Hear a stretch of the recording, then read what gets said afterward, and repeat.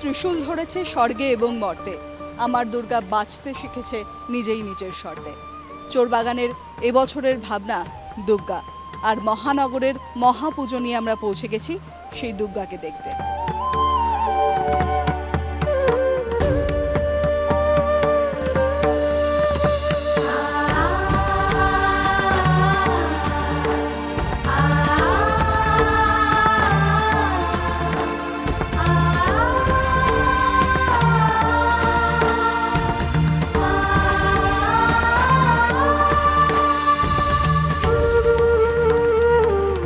এবছরের আমাদের যে ভাবনা সেটা হচ্ছে দুর্গা। এবার যেহেতু এবছরের যে মণ্ডপটা সেটা পুরোটাই আমাদের মাকে কেন্দ্র করে তৈরি হওয়া, কারণ প্রথম হয়তো যে থিমের সাথে ঠাকুর অনেক সময় মেলানো হয়, কিন্তু ঠাকুরের সময় সাথে থিমটা মেলানো হয়েছে এবছর।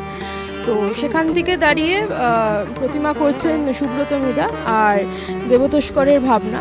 নিজের বাড়ির মেয়েকেও দুর্গা বলেই অনেক সময় ডাকি। তো সেখানে দাঁড়িয়ে সমাজটা কোথাও না কোথাও পুরুষতান্ত্রিক রয়ে গেছে, কিন্তু সেই সমাজেরই হাল ধরেছেন নারীরা, বাইরে হোক বাড়িতে হোক। তো আর সেখানে মাও তো শুধুমাত্র এই পৃথিবীর মধ্যে সীমাবদ্ধ নন, উনি তো পুরো ব্রহ্মাণ্ডের মা। আর তারপর আমাদের বাড়ির মারাও আছে, সেইটা নিয়ে একটা কাজ করার চেষ্টা হয়েছে।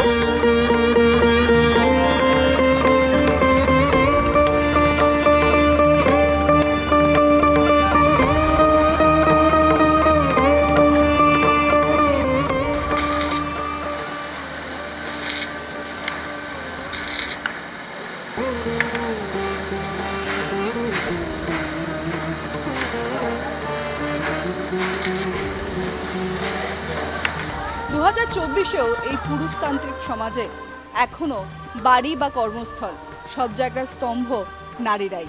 দেবী দশভুজা থেকে বাড়ির দুর্গা, তারাই চালনা করছে এই মহাকাশ থেকে এই সমাজের বিভিন্ন স্তরকে।